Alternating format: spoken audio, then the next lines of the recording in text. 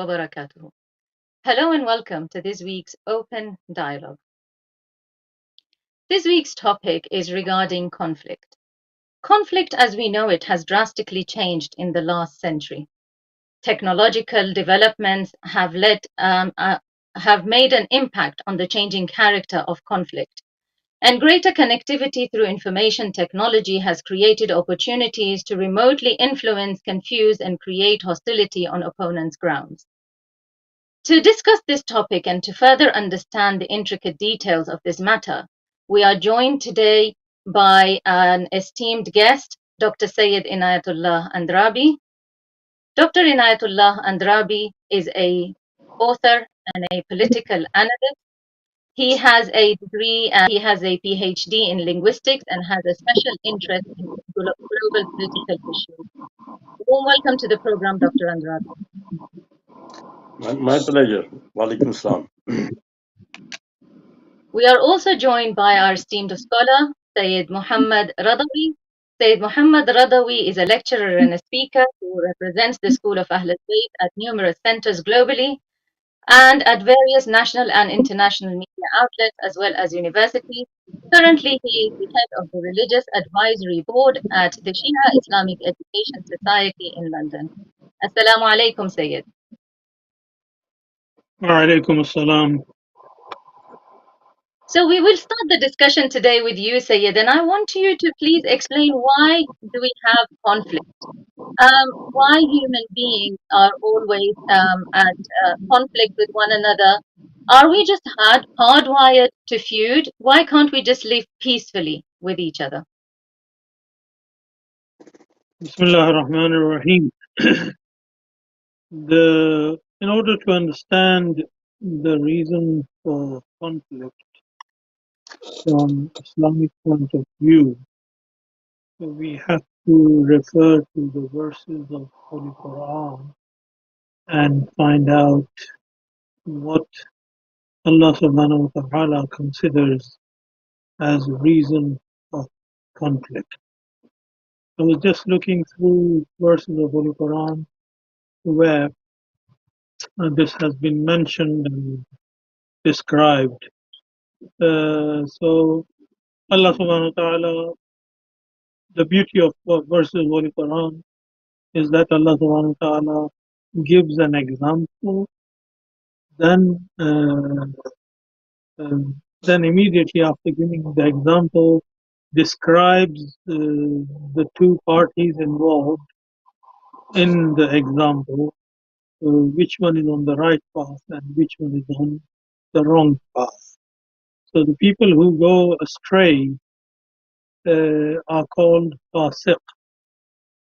Fasaqa in Arabic means to get out of something. For example, if a person leaves his belief or her belief, the person is called fasiq. And this term, fisq or fasiq or fasaqa, is used in Holy Quran for several different people. For example, the men who accuse their wives falsely are called fasiq. Those who backbite are called fasiq. Those who do not report an incident properly are called fasiq. Or those who report an incident biasly, they are called fasiq.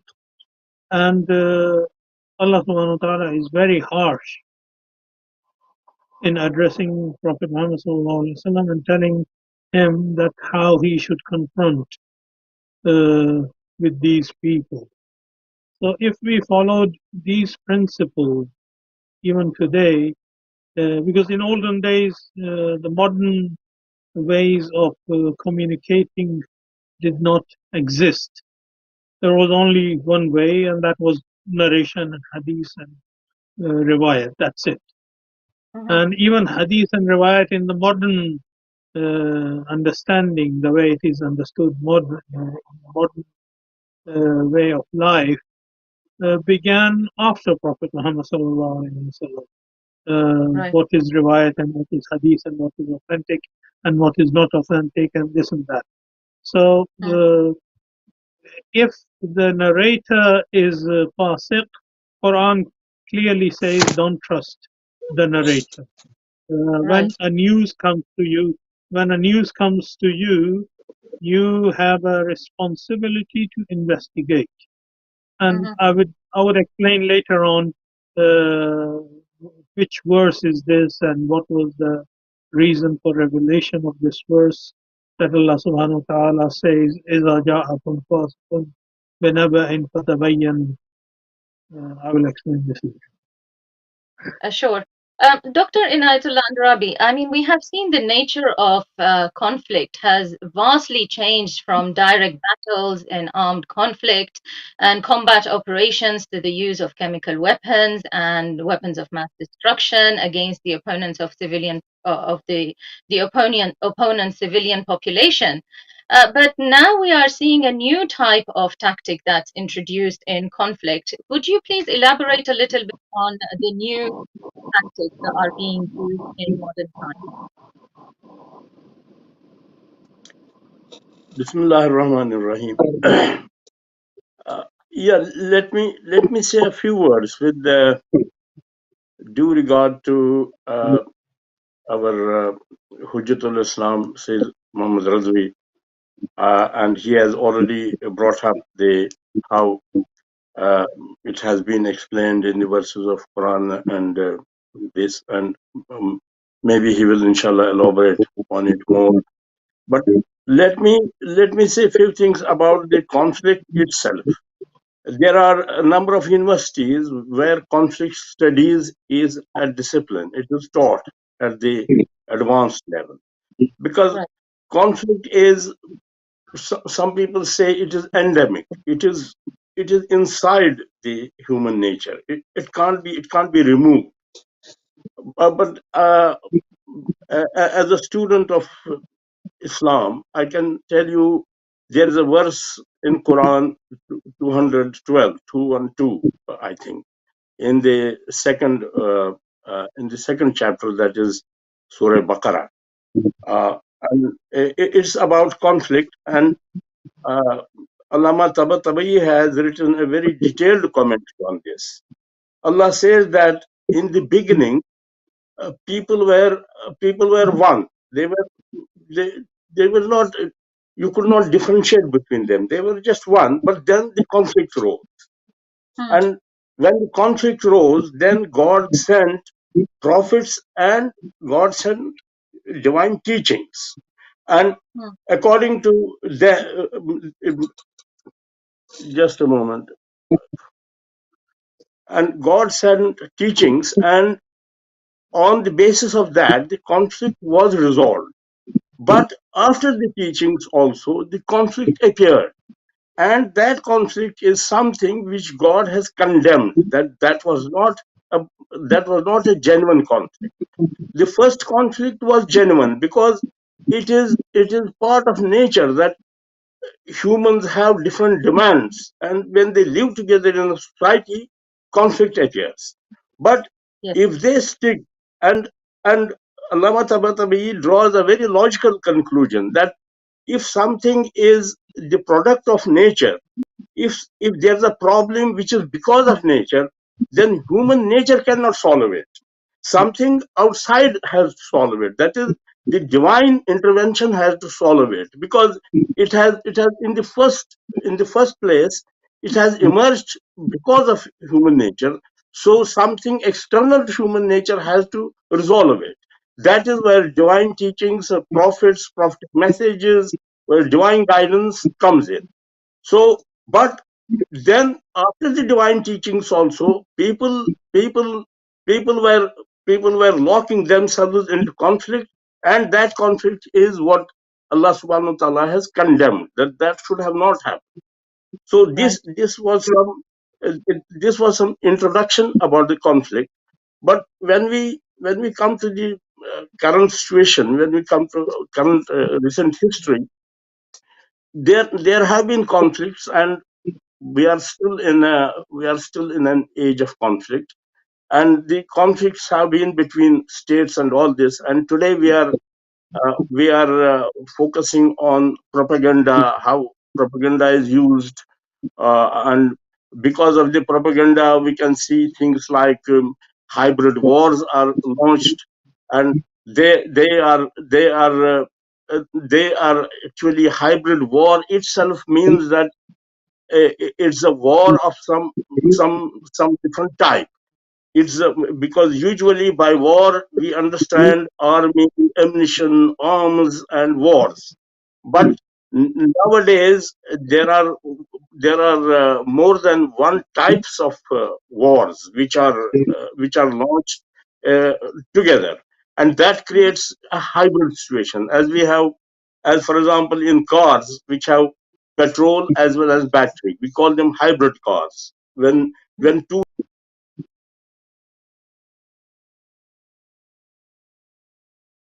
I think we have a technical issue with Dr. Andrabi's connection. Syed, I would like to come to you with the next point until we have Dr. Andrabi back on air. He mentioned that divine revelation required and instructed humans to have an outside force in order to resolve their conflicts. Is that why we see interference in nations interfering in other nations' affairs? Is it because nations are incapable of running their own affairs and need to rethink? Are they incapable of self-governance? And they need other nations' expertise to deal with their conflicts and with their issues. Is that why we see so much interference nowadays between nations? What's your take on this? Yeah, I mean, let me complete what I was saying in the previous session of this program. I quoted a verse of Holy Quran in which Allah subhanahu wa ta'ala in Surah Hujurat says, إِذَا جَاءَكُمْ فَاسِقٌ بِنَبَإٍ فَتَبَيَّنُوا أَن تُصِيبُوا قَوْمًا بِجَهَالَةٍ. The reason of conflict has been mentioned in that verse. And the reason of conflicts is jahalat. Jahalat means ignorance, not knowing about each other, not having the accurate information about each other causes conflict, and nations end up confronting each other and fighting each other, or even individuals end up fighting and arguing with each other. It's all due to ignorance and jahalat. So our aim should be working together and trying to understand each other and removing the doubts and any kind of ambiguities or anything that we have doubts about others from our mind, and that brings us closer to each other. And of course, while we are doing this, we have to be very careful who we are dealing with, and if they are corrupt people, because corrupt people will take advantage of any kind of situation uh, between the society and community to take advantage of people. Right. So you have said that ignorance causes conflict. Now, could you please elaborate that, why we choose to not live peacefully with one another? So, why do we remain ignorant of each other's rights? And is it injustices that breed conflict between people? Again, we go back to the same verse that I quoted. We should look at the reason of revelation of this verse. They're one of the companions of Prophet Muhammad who had a history of problem with a tribe, and he was appointed by Prophet Muhammad to go and collect. After becoming Muslim, he was appointed to go and collect zakat or tax from Yes. them. So he went there, and when he was approaching that tribe, because he had he had made his prejudgment. He was in his mind, he had thought that because I had problem with this tribe, a person from this tribe, and they have noticed that I'm coming, so they may be up to taking revenge from me. So he, instead of going further, uh, he just turned around and came back and misinformed Prophet Muhammad sallallahu alaihi wasallam. I went to collect zakat, and those people came out to kill me or hurt me or harm me. So I Yeah. prepared to turn around and come back to you.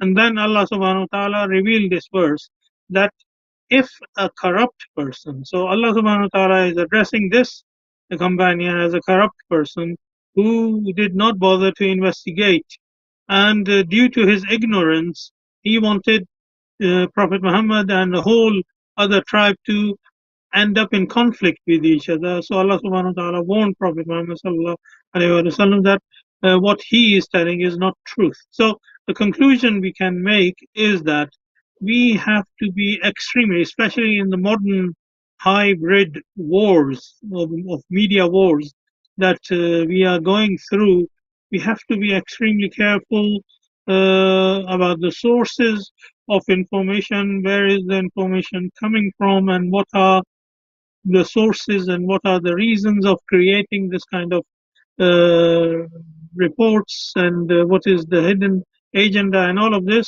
so we do not end up uh, having conflict unnecessarily with the wrong group, because Yes, I mean if there is no we have conflict. seen a rise of online fake news and fake news becoming viral on the media. And so, does this fake news then bother you, Sayed, as an educator and as an intellectual? What is your advice to people? How can we combat this issue of fake news and the issue of false propagandas? Yeah, unfortunately, one of the methods of misleading is the fake news. And even in the modern world, especially since after World War One and Two, uh, one of the tactics that was used was called false flag operation. The Right. aim of the false flag operation is to uh, create an event which would look like uh, done by the same group. And recently, I recently was watching a clip, and this happened about Syria as well. This happened about Iran. This happened about Ukraine. Recently, I saw a clip about Ukraine. In a film, uh, they are claiming that 150 people were killed by Russians, and there were bodies lying in the body bags. And in one of the Right. body bags was moving, and somebody was trying to adjust himself in the body bag. So it Yeah. was obvious that this is a false flag operation, or trying to create a negative image about the other party. So same thing happens in narrations and incidents that we hear about many things in our life. We have to be very careful, and especially the Photoshop, modern software facilities that are available, which can make an old person young and a young person old, and you can even pick up a person's image uh, from a very downtrodden place and put it in the middle of very posh area, and promote in the society that this person has been in that area. So people who do not know, out of ignorance, would start to believe that this person is really corrupt, and such incidents have been taking place quite a lot recently in the media and hybrid war. That's quite concerning. Before I ask you the next question, we're still trying to get Dr. Andrabi back on air. All views expressed in this program are belong to the speakers and to the guests, and they do not reflect views of the channel. With that being clear, Sayed, you mentioned about false flag operations and the need to investigate. Now, as a general public, you understand that we don't know who to trust. How can people make up their mind, and especially nowadays with state-sponsored media outlets? How much you have been on the editorial board of a daily newspaper in the past? How much do those channels and those media outlets have in terms of editorial powers over the content that they are putting out?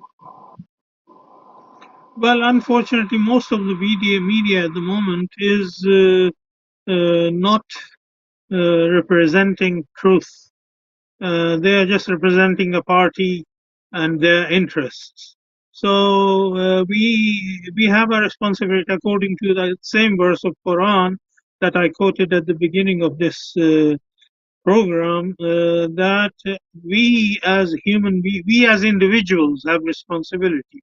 We have duty, and the duty has been given and described by Allah subhanahu wa ta'ala, that don't accept anything that is being told to you, being conveyed to you, being reported to you.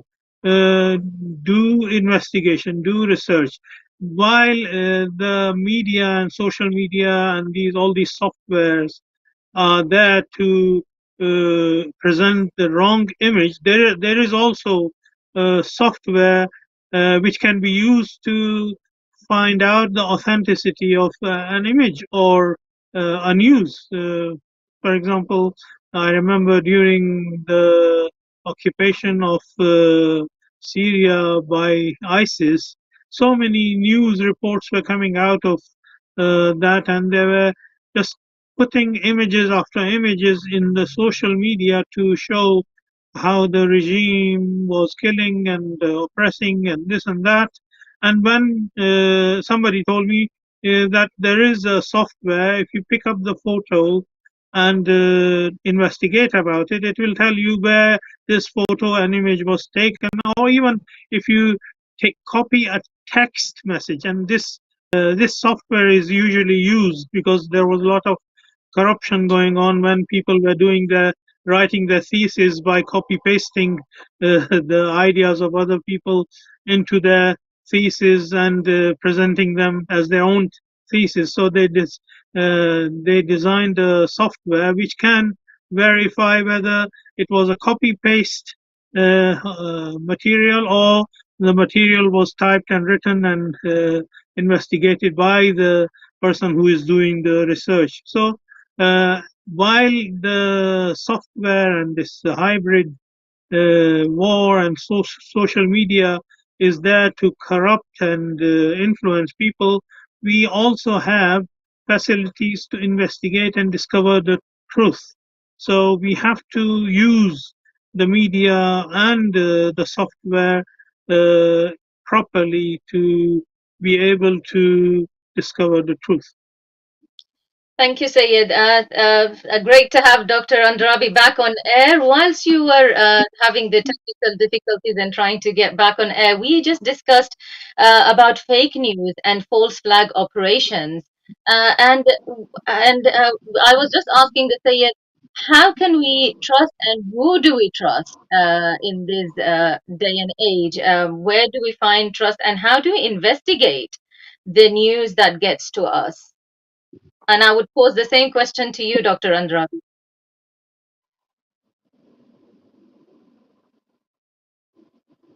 We can't hear you. Dr. Andrabi, we can't hear you.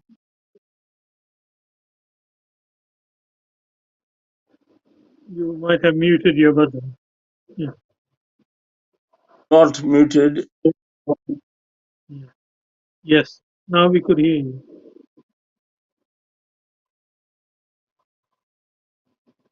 Okay, while the brother in the studio, there we are, Dr. Andrabi.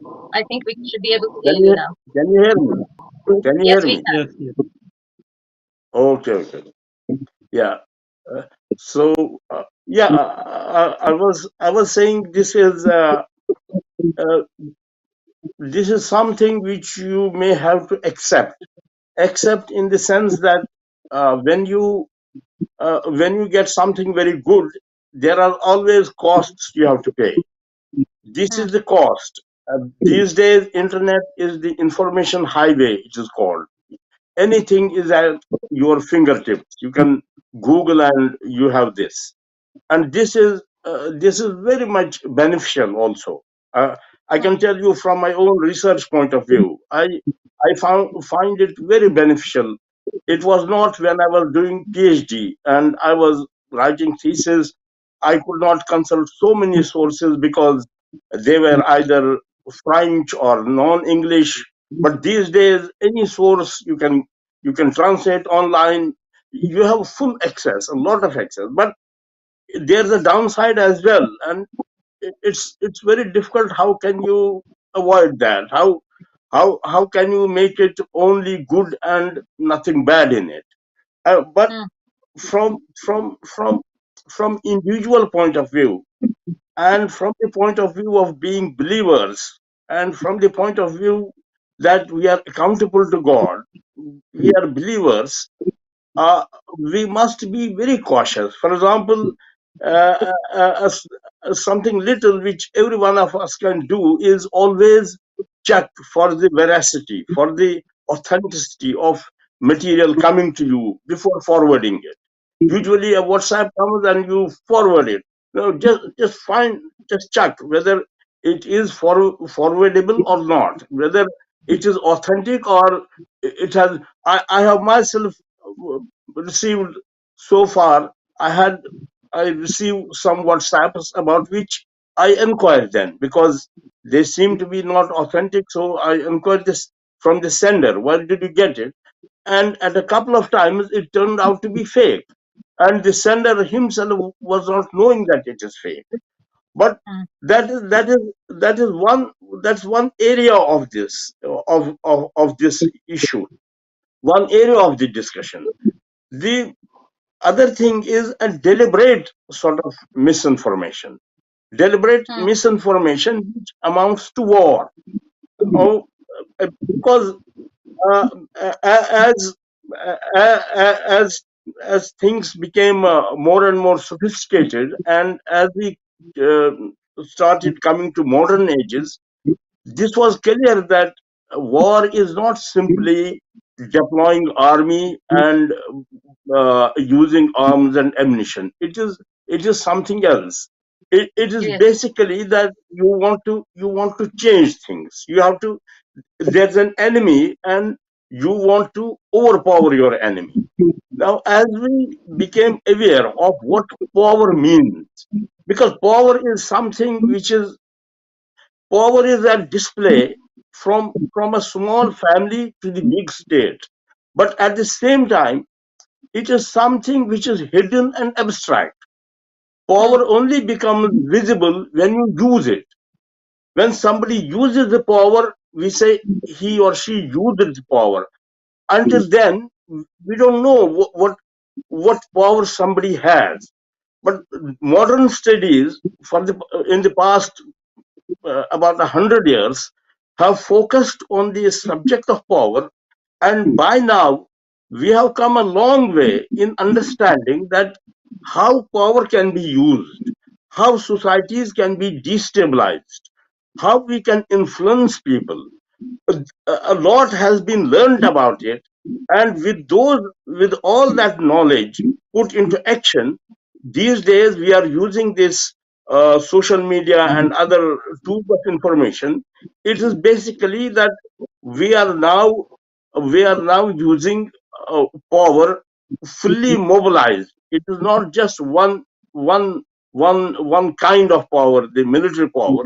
It is all the tools of the power, all the instruments of the power, and you synchronize them. You arrange them in a way that one supports the other. Your war on the ground is supported by the propaganda, by the media. So this all goes together and produces an effect. So this is the main this is the main side of this issue of propaganda and social media and uh, of internet. What we were talking just now, this is the main side of it. The other side, which we talked about, was generally that we sometimes fall victim to fake news and fake WhatsApps and all this, but that's a minor thing. The major issue is that it has been weaponized. It's weaponization, the weaponization of fake news. Fake news has fake news has been created and it has been weaponized. That is the main issue now. So following from this point then, Syed Radawi, what are the political aims of such tactics? Why use this deception and the destabilization of societies to serve what higher purpose? What is it that governments try to achieve through weaponizing the social media and weaponizing the fake news issue? Well, I mean, it only happens when the enemy has lost control of what they were planning. So when they end up losing total control, they panic and they start using the methods that are not ethically acceptable. And well, in the world, uh, although we claim, well, Islam certainly teaches to take care of all the principles, even in the battlefield. I mean, like not to destroy not to cut the trees and not to hurt the animals and not to harm the elderly and children. There are rules and regulations in Islam for everything. But those who are corrupt, their principle is when they are losing power, when they are losing control, when they are uh, not getting what they want, they become just like a naughty child who would do anything to get what he or she wants from the mother or father or elders.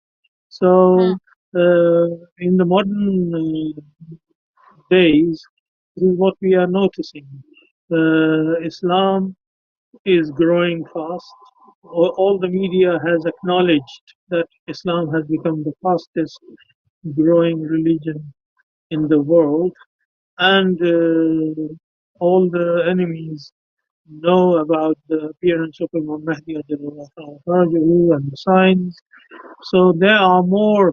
I had mentioned in one of my khutbahs that some of our enemies are more concerned about Qiyamah than we are as a Muslim and believers, because they have done research and they have read the narrations and hadith and Islamic sources, Christian sources, and divine sources, that what is going to happen and what is happening and who will be victorious. They are panicking about the victory of truth. So Hmm. they are taking uh, any kind of action to prevent that victory of truth. Thank you. Now, so Dr. Andrabi, you had a little while ago explained how the methods of conflict have changed, and now they include not only the political means, but economic, religious, and media means are also used. Why have these methods changed, and what are the political aims now that people are trying to get at or derive through these means? Yes, that is. Uh, that's a very good question, actually. That touches the very basis of this question. That why this has happened? Why propaganda? Why fake news? And why the weaponization of fake news? Because this is not just for pleasure. This is goal oriented. There are objectives behind it. The thing to understand here is. Uh, we are no more in the times when one state, one country would invade another in order to conquer that, as it used to be in the past. These Yes. days, countries do not run into each other and conquer them. That's gone. Uh, America was in Afghanistan for so many years and left. Before that, it was in Vietnam and left. They don't. Yes. It could have conquered. It could have just occupied it, but no more. Hmm. It's not that some kind of there's not some kind of benign or some noble mentality behind it, that they have now given up doing this, occupying lands or conquering lands or ruling or colonizing people. It's not that. It's Yes. simply that they have developed ways and means of remote control. They can remote control things. They need not go and they need not conquer, or they do not need to govern the countries themselves. They can Hmm. they can simply manage to remote control them. And they are remote controlling them by these things. Now there are countries in the world who want to be independent, who want to follow an independent policy, but this is the powers, the powerful countries of the world. They won't let them doing so, and they are creating disturbances. You know this. Hong Kong was a British colony for a long time. It was only Hmm. in around 1997 that it was given to China, and there was an agreement that Hong Kong will now be. It was part of China, but then it was with Britain. Then the British gave up. But you can see uh, what is happening in Hong Kong. So many things which are, anybody who understands these things, they can see that so many engineered things, so many engineered protests and demonstrations just to destabilize. So they are the powerful countries, and it's the political order, the West dominated political order. They do not let people take their independent ways, and they have these things on their disposal. They employ these soft power tactics to destabilize them. And now the aim is not to conquer the nations or to conquer the countries, but to make them obedient, to make them do what the powerful countries want them to do. That's the aim, and that aim is achieved by destabilization, social unrest, social chaos, and the truth is that most of the countries, except Iran, most of the countries, and I tell you, this is an objective view, an analytical view. Most of the countries, Muslim, non-Muslim, whatever, they are vulnerable to these tactics. They do not have control on their streets.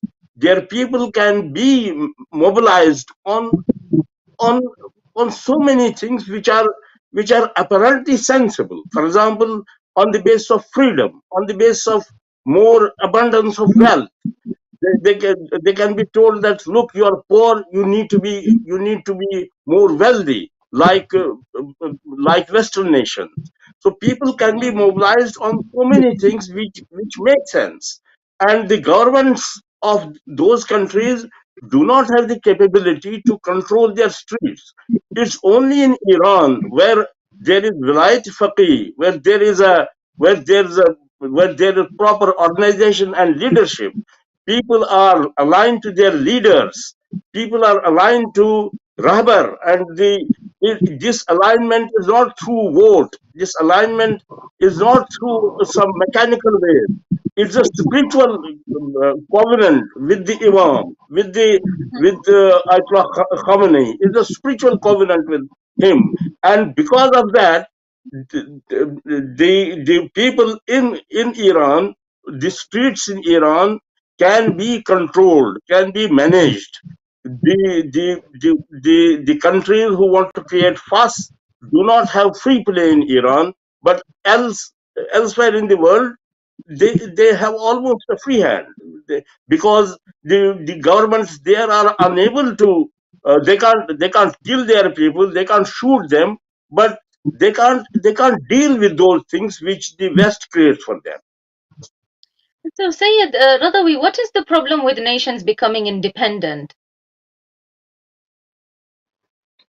Well, if independence causes the downfall of a dictator country, a colonizing country, and then of course they would not like it.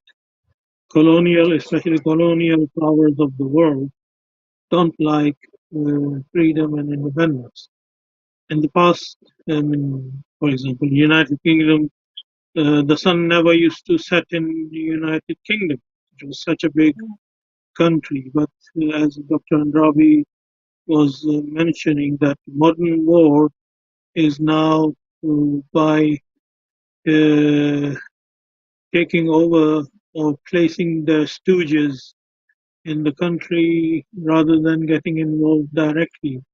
It could have many reasons. They have tested and failed in the past by occupying so many countries, and it didn't give them any result. For example, America was in Vietnam for many years. America was in Afghanistan for many years. America Mhm. recently was in Iraq for many years. What did they achieve by occupying this? So maybe that's why they are trying to use new tactics to just, first of all, corrupt the youngsters of the nation, and then make them create trouble for the leaders, and then take over the country, and by appointing their own stooges in power. So many good points you both have raised, and I have learned a lot from you both in today's conversation. I'd like to remind the viewers that any views expressed in this program belong to the guests and the speakers, and they do not reflect the views of the channel. We are reaching the end of the program now, so I would like you both to make your final concluding remarks regarding today's topic, and I'll allow you first, Dr. Andrabi, to give your concluding remark regarding today's topic. Yes, in conclusion, I would like to say that we, as individuals, as believers, we should be aware of this um, propaganda and unauthentic news, and we should be very responsible in communicating or in forwarding things. We should first double check ourselves. That was one part of it, but the other part is that we should be updated about the modern world, and as someone said, that politics is war by other means, because war has so many means. We have to be we have to understand there's an objective. The objective is to defeat your opponent. Means can be many. There were means of direct war, arms and ammunition and army, but these are changing now. It is politics, it is diplomacy, it is media, so many things. So we have to be aware of these changing things, and that's why these days it is called hybrid, because it is made up of so many elements. Power is drawn from so many sources, not just one source. So we as people who are living in this day and age, we should be aware of what is the age we are living in. This is a very crucial question. Actually, just to at the end of the program, it looks a little relevant. Let me tell you that my current research is just focused on this question: that what is the day and age we are living in? Because if we don't understand our day and age, we will sleepwalk into the future. But if we want to consciously and deliberately enter into a future, we should be conscious. We should be consciously participating in the shaping of future. And that cannot happen unless we know the present. So this is currently my subject of research also. So that's what I wanted to say in conclusion. Such a poignant point, and not only validate the news before forwarding, but also before believing those news, validate them and check all the other different sources. And Sayed, what is your concluding remark regarding today's topic? I would conclude with the same verse of Holy Quran and say that فَإِذَا جَاءَكُمْ فَاسِقٌ بِنَبَأٍ فَتَبَيَّنُوا. If you don't want to fall in war, you should follow the verses of Holy Quran, investigate, find out, so you don't end up in conflict with wrong group of people. Thank you so much to both my honorable and esteemed guests for giving us their time today. Thank you so much, dear viewers, for staying with us and listening. I will see you, inshallah, next week, same day, same time. Until then, I leave you in the care and protection of